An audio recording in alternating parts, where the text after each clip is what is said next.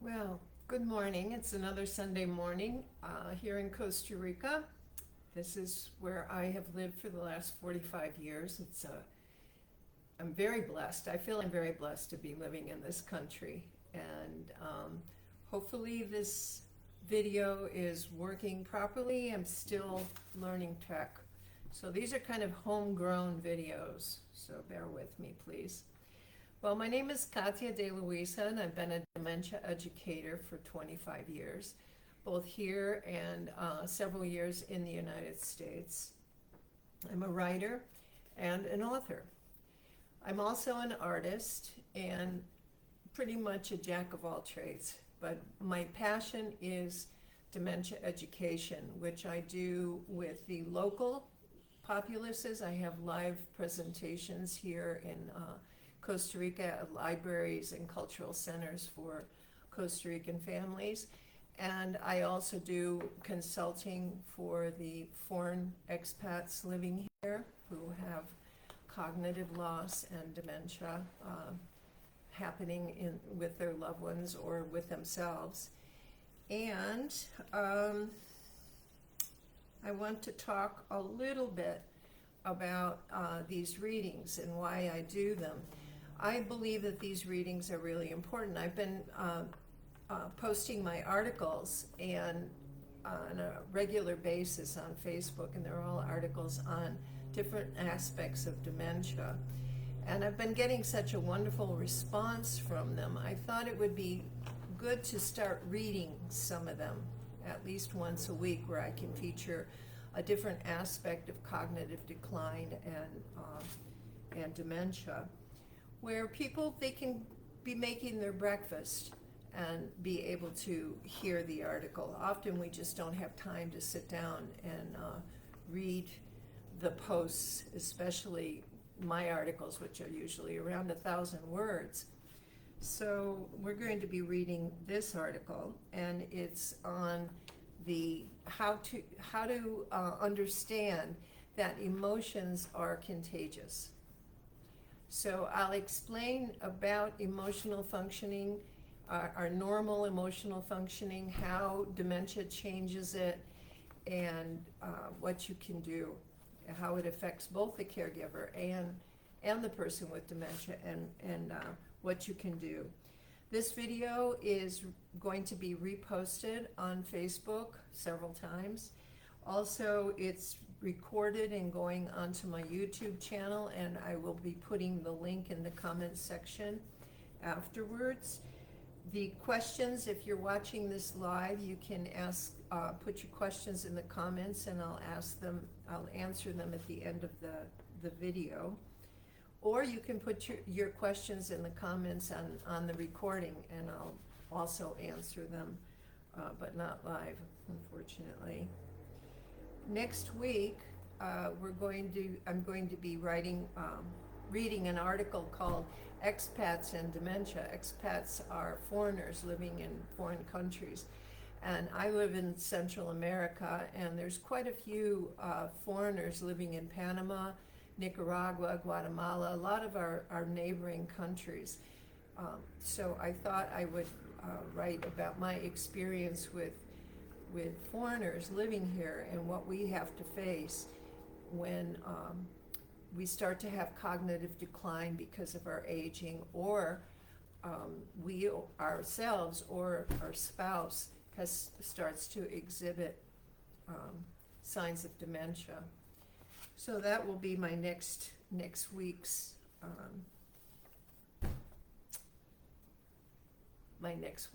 reading. Okay, so let's get started with this reading. It's called Emotions Are Contagious. So let me set this up. Okay, the word emotion comes from the Latin word emover, which means to be moved. We use expressions like his speech really moved me, or it moved me to tears, to describe a strong emotional experience. Our emotions move us to attention and spur us to action. They get us moving. Our emotions are what gets us moving, and it brings our attention into focus. It's commonly understood that women tend to be more emotional than men. Male and female brains process the same emotional stimuli, such as fear or aggression, differently. Oh, sorry. The neurons in the brains of women connect to areas that regulate internal processes, such as their hormones, blood pressure, and respiration, while for men, the connections are primarily to the external, such as vision and movement. Thus, women and men often react differently to the same stressful situation. This is talking about fear or anxiety and how the body, we have different bodily functions connected to those emotions as men and women. Okay, our response to emotion is linked to communication and survival. With animals, an aggressive emotional display from another creates a fight or flight response. They use posturing and noises when displaying dominance or a desire to mate. They also emit emotional energy that can be picked up by another. A deer won't walk up to a wolf even if it has never had experience with wolves. How does it know the wolf is a danger? The wolf gives off a predatory, aggressive energy that the deer senses. Human animals follow the same pattern. When angry or attracted, we display certain body postures, facial expressions, physical reactions, and tone of voice. Subconsciously or consciously, we pick up cues and respond to the other person. Our nonverbal signals account for 45% of our communication. I think it's really important, especially, I really don't like phone calls, for instance, where it's just a voice call. Now that we have the capability of having video calls, I feel it's incredibly important, especially the fact that just our facial expressions and our body language is 45% of our communication. So having a voice call when you can actually include a video, you're cutting off 45% of your connection to that person. When I do consultations, I don't accept just voice calls unless the person has internet problems in their area, or there's another problem with their tech where they can only use voice calls. But basically, I pretty much want to have that face-to-face communication, especially with someone that I've never met before. So understand that face-to-face communication emotionally, especially when you're conveying an emotion, is incredibly important. During social interactions, emotions enable us to understand others and be understood. Our emotional expression conveys information through our body positioning, facial expressions, and tone of voice. Like animals, we also emit emotional energy and can sense what the other person is feeling, which usually happens on a subconscious level. The sensing of someone else, what they're feeling, like say for instance, you say to somebody, you ask them, how are you going? How is everything going? And, oh, everything's okay. You can tell by their tone of voice or their face that things aren't okay, that they're not feeling good. So we do pick up people's feelings on a constant basis, on a subconscious level. Emotional energy communicates our internal state, and it's contagious when this energy becomes entangled with others. When my children were young, if I came home from work cranky and tired after a bad day, they invariably became little monsters. Dogs sense your energy field and will try to comfort you when you are sad or warn you of a threatening person. Yeah, don't trust people that your dog doesn't like, unless your dog doesn't like people in general. There are dogs that just don't like people. Humans usually communicate with language to convey our emotions to another, sometimes trying to mask how we genuinely feel with words, just like what I had mentioned, where how is everything going? Oh, everything's fine. I'm okay. It's not, so. But on some conscious levels, everyone sends and receives the actual emotion. So even though you may not consciously realize that person is not doing well, there's a part of you that does feel it. You feel there's something not right, but you don't know what it is. A high-powered evangelist motivates his congregation to a religious fervor. A passionate political protester can incite people to violence. You feel the joy of another, and when someone else is in the grips of uncontrolled belly laughing, it's impossible not to join in. I am the first one to join in when someone is laughing, especially I love those uncontrolled belly laughing. So there's no way that I cannot. I may not even know what they're laughing about, but I'm going to end up on the floor with them. Okay. Negative emotions are particularly contagious. It's difficult living with a chronically depressed or negative person without beginning to feel bad yourself. Being around happy people raises our feelings of joy.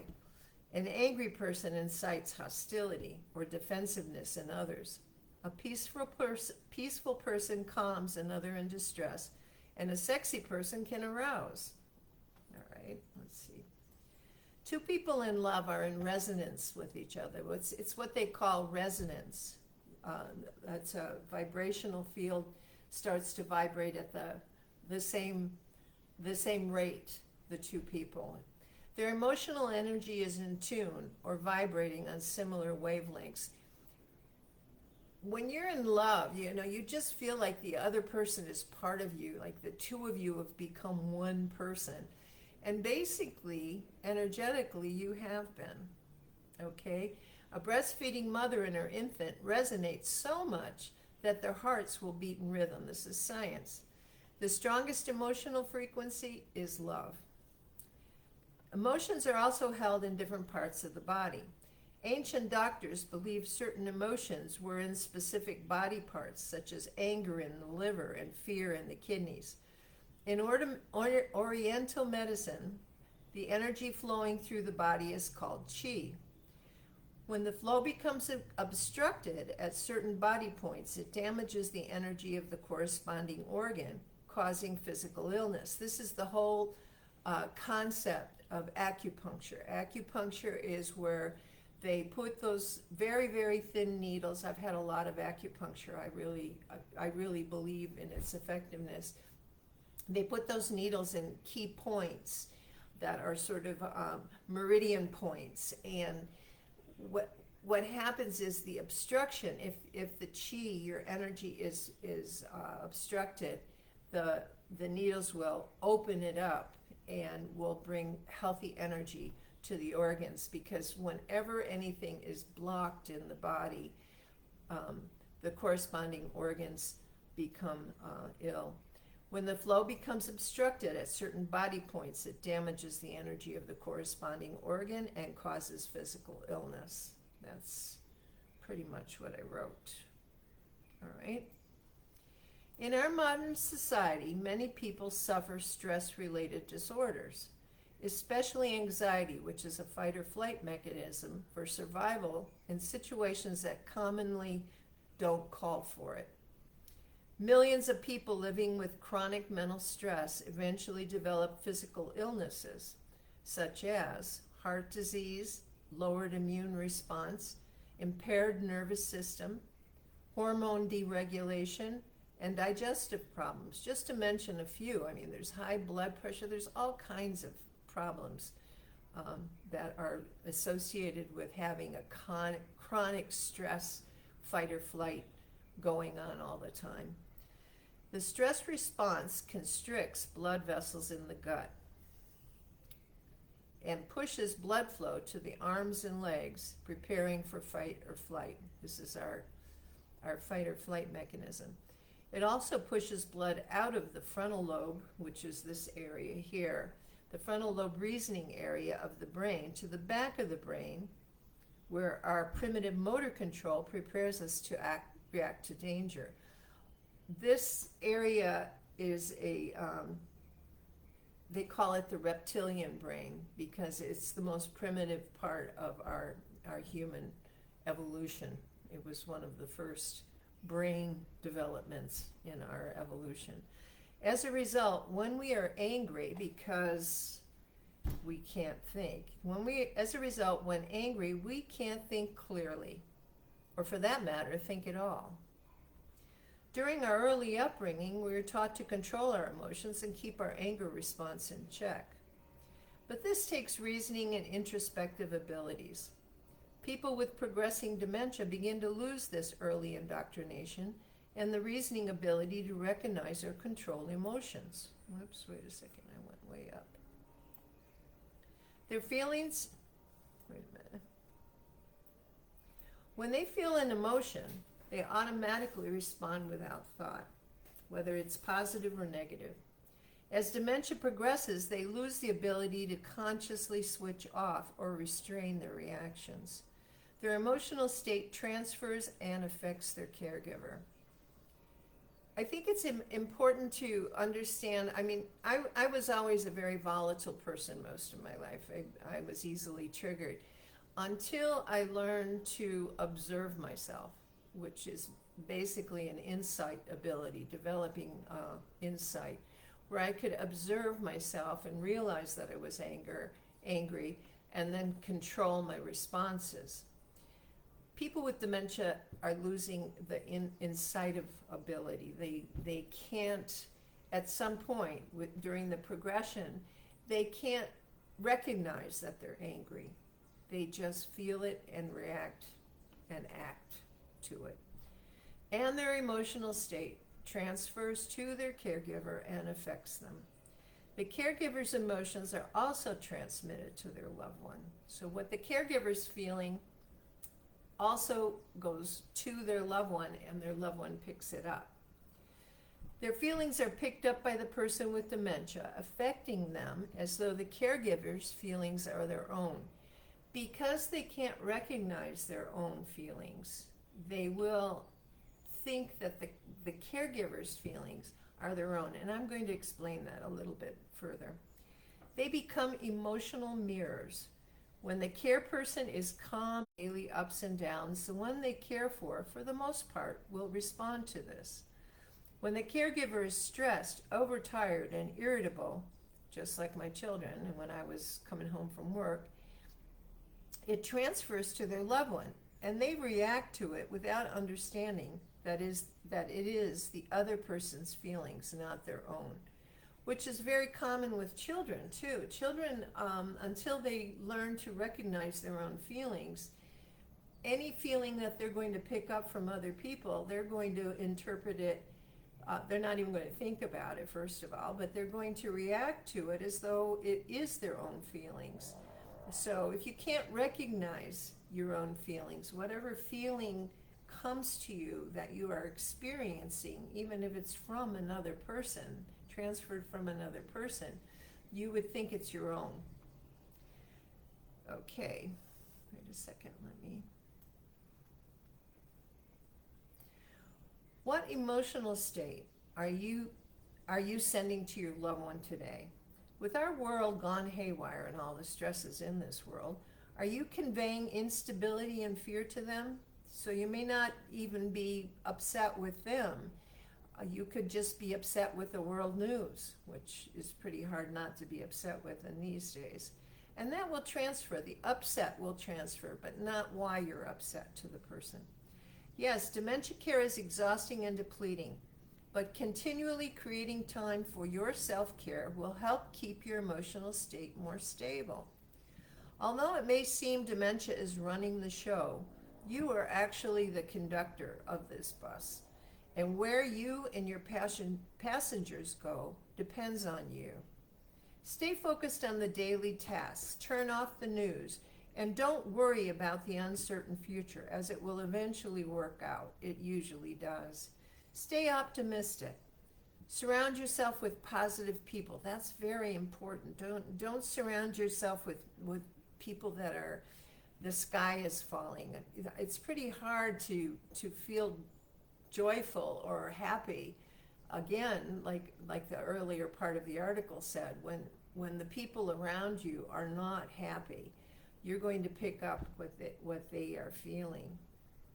Find new activities to do on your own or with your loved one. Doing activities with your loved one really helps to create a bond between the two of you.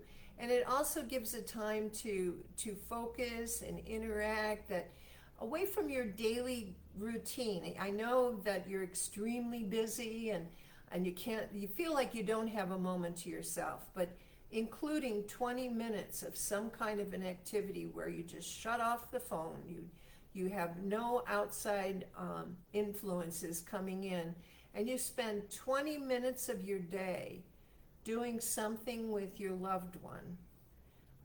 It changes everything.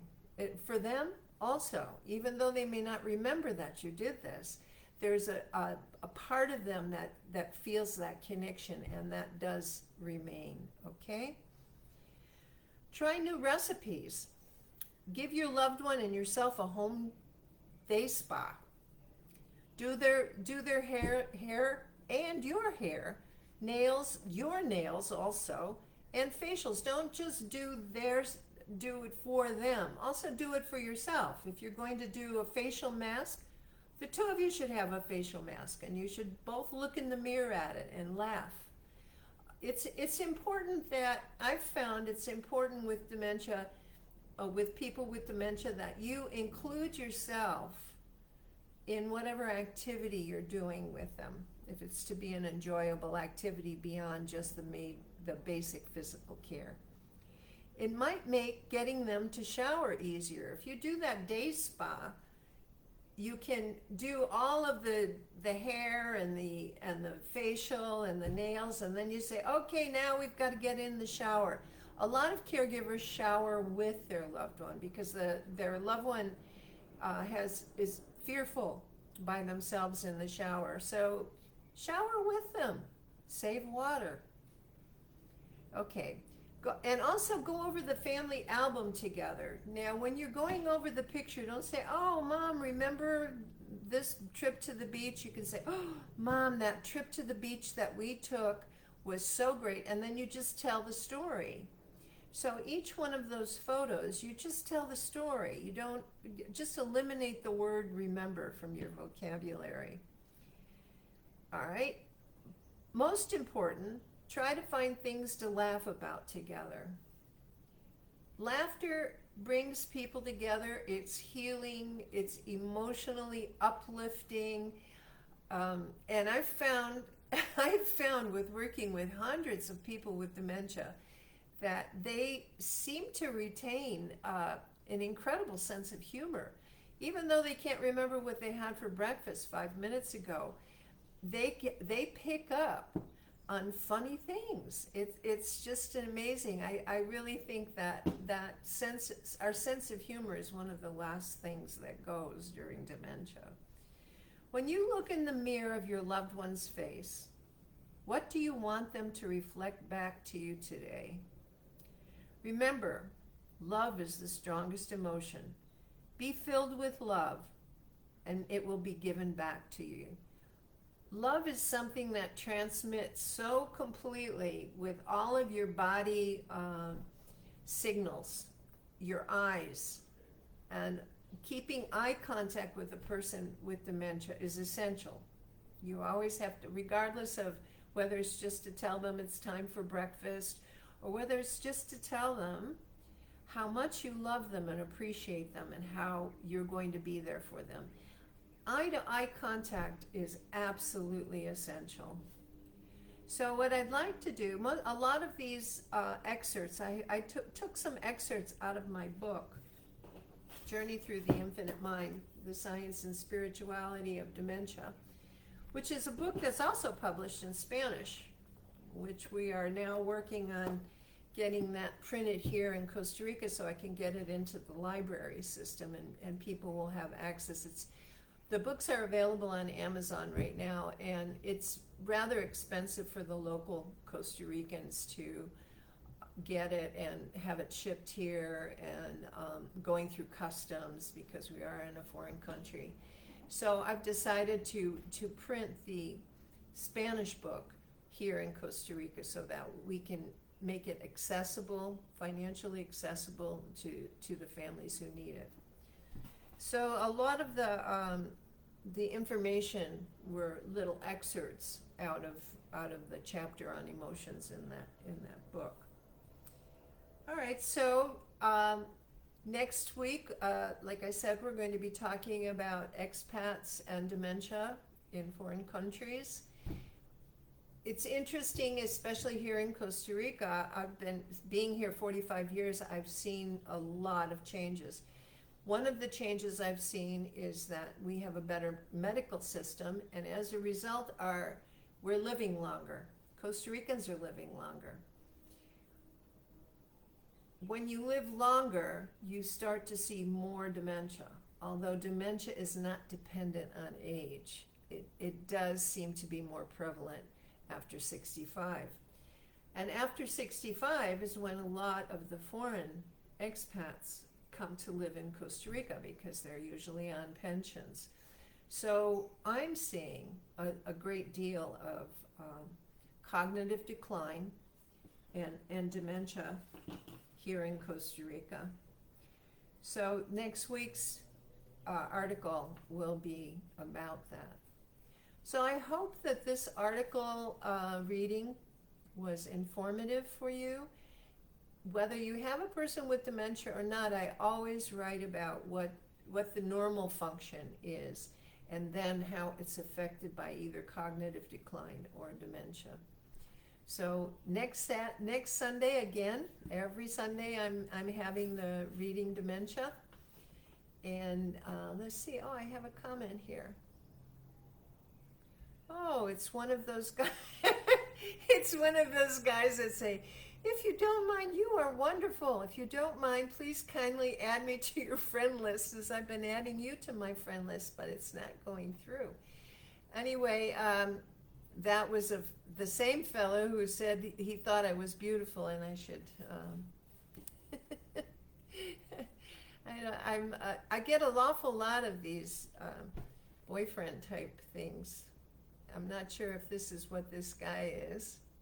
I'm sorry to have invaded your privacy. That's a very patent comment. I wish they would, use some better wording, because it's always the same. So I'm sorry, Ergin. You're getting deleted again. So if you'd like, please leave your comments on the recording. This will be recorded and on my YouTube channel. And I will answer your comments in written form if you leave them. So great seeing everybody. Hopefully this information was helpful. Goodbye. Till next week.